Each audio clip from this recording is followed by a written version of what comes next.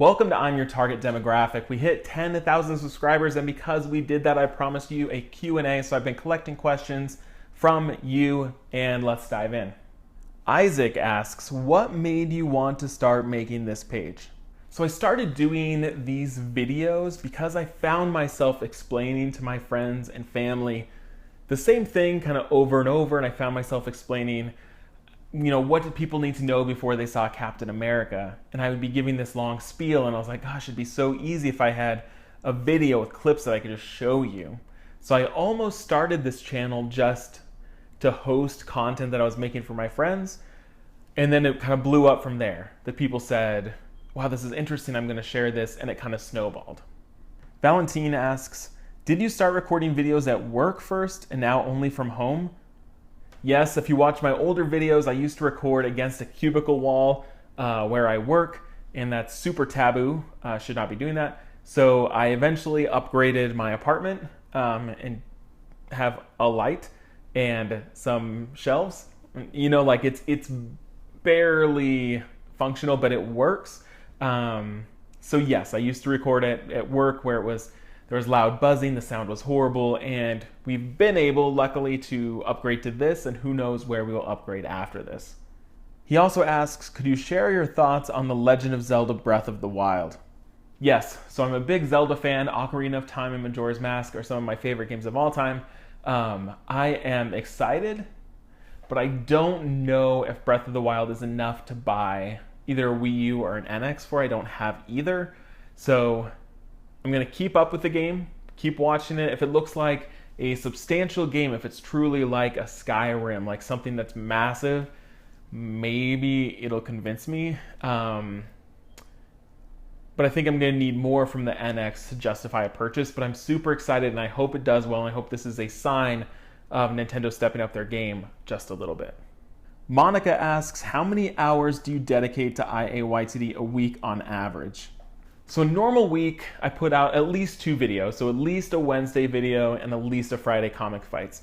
Comic fights actually takes the longest to prepare because I have to basically research these characters and make sure I know completely what they can do and what they're capable of.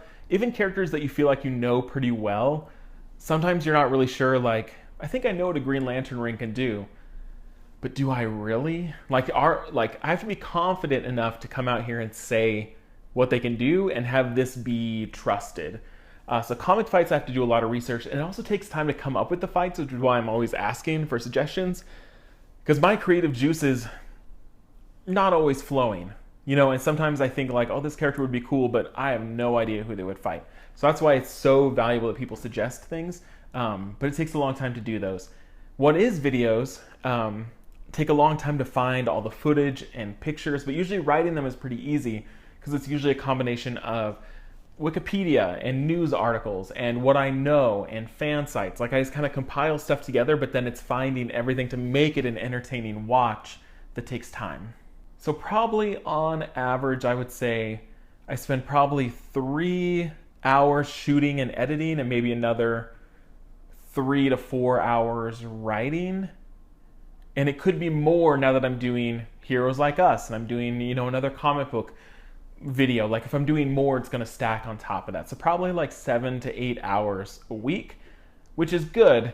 I have a full-time job and I have a life, but it's a good chunk of time. She also asks, what's your favorite Marvel movie? So far in the Marvel Cinematic Universe, I think my favorite is probably Guardians of the Galaxy. It is completely unlike the rest. It's unique, it's funny, it's charming. I just think it's such a unique movie, and so for that reason, I think that's my favorite. And lastly, are you single? And no, I am not. And that was my girlfriend that asked that question. Corey asks, if you can have a superpower, what would it be, why, and would you be a mutant living in the X-Men universe by Fox, a metahuman living in the Flash or Arrow universe, or an inhuman living in the Agents of S.H.I.E.L.D. Marvel Cinematic Universe? If I could have a power, what would it be?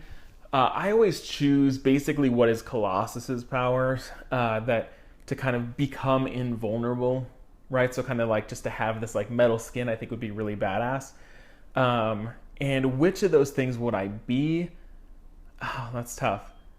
I feel like mutants, they're always kind of being discriminated against, and all of their stories are about struggle. And that just seems like a very harsh place, and mutants are being killed, and that's very volatile and violent. Um, in the Flash Arrow universe, that seems like they're a newer thing, so it's not quite like that. And then in Shield, they're almost praised and brought in as like secret warriors, and they're people with powers are kind of like special. So I'd probably say that. I'd probably say the Marvel Cinematic Universe. That if I could do something, I feel like my role would be more important there. Where if I was in the other two, I would either be probably captured and experimented or killed. So I think the Marvel Cinematic Universe is probably the safest place for someone with powers. Check One Comedy asks, rank all the different Robins and who you would want to see on the big screen. I would like to see Nightwing in the solo Batman movie, maybe Tim Drake in a Teen Titans movie if that ever happens. Okay, rank them. Jason Todd is just such a badass. Like the story is really crazy. How you think he's dead. It's a very like Winter Soldier kind of thing for those of you that don't know the story, where you think he's dead, he comes back as a villain. That's just such a cool story. Nightwing is cool, but I don't know. I'm whatever about Tim Drake. Damian Wayne, I don't really care about. And then there's a girl, right? I forgot the girl's name. Those three put at the bottom. So Jason Todd is my favorite. So Red Hood at the top. God, Grayson.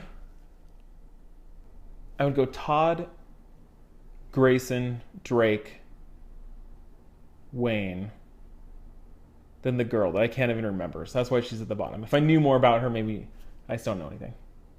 Did I forget a Robin? How many Robins are there? Someone should do a video. Jugular Diver asks, are you a beach, city, or country person? Totally a city person. I used to live in Oregon in the United States. Very small town. Moved closer to Los Angeles. Love it. Don't see myself leaving. Do you think the Captain Hydra storyline will be in the MCU Phase 4 or 5? No. I think people immediately realized that was a bad idea. I think that storyline is already fizzled out. I am confident we'll never see that in the movies. Would you be one of Apocalypse's 4 horsemen? This is kind of a weird question. I think it's a cool question, but it's also, I would then have to say, yes, I'd be okay being a harbinger of absolute evil. So I can't really say that, but the powers would be really cool. So if I didn't have to destroy the world, yes. Would you want to be a mutant, but you can't pick your power? I don't know, that'd be a risk, right? Because some mutants are horrible, like Blob or Toad. Like, do you want to be stuck like that? If I couldn't choose my power, I would say no. God, I don't know. I'm going to stick with no. A mysterious user asks, how did you get into superheroes? P.S. Don't say my name. Whoa, buddy. Someone's looking for this guy. How did I get into superheroes? I grew up with them. I think it was probably like Spider-Man and X-Men and the cartoons growing up. I used to collect the trading cards. I used to have action figures. The trading cards are really where I learned most of this. Even before I was into comics and actually reading, I had the cards and I would learn about each character and I would read it front to back and their affiliation and their origin. So those cards really are my foundation and what got me into all of this. Narek asks, how are you so awesome at painting figures? Now, what he's referencing here is I paint, and I paint models for different games like Warhammer 40,000, different role-playing games in Dungeons & Dragons and Descent, and so I paint these figures, and if you want to see some of them, I have a video about what is Warhammer, and that whole video, I'm showing different examples of things that I've painted. It's a very fun and relaxing hobby. All right, so that is it for the Q&A. I think I got all of them. Feel free to ask questions if you want, and I'll try to type out answers to them, but this will probably be the only video until we hit 1 million subscribers. Probably never going to get there. So thanks for watching, and make sure to check out the 10,000 giveaway, 10,000 subscriber giveaway video if you want to win things this week, because you have 6 chances to win. 5 Funko Pops are going to go to one of you. So make sure you check out that video. Thanks for watching, and thanks for subscribing and getting me here. See you next time.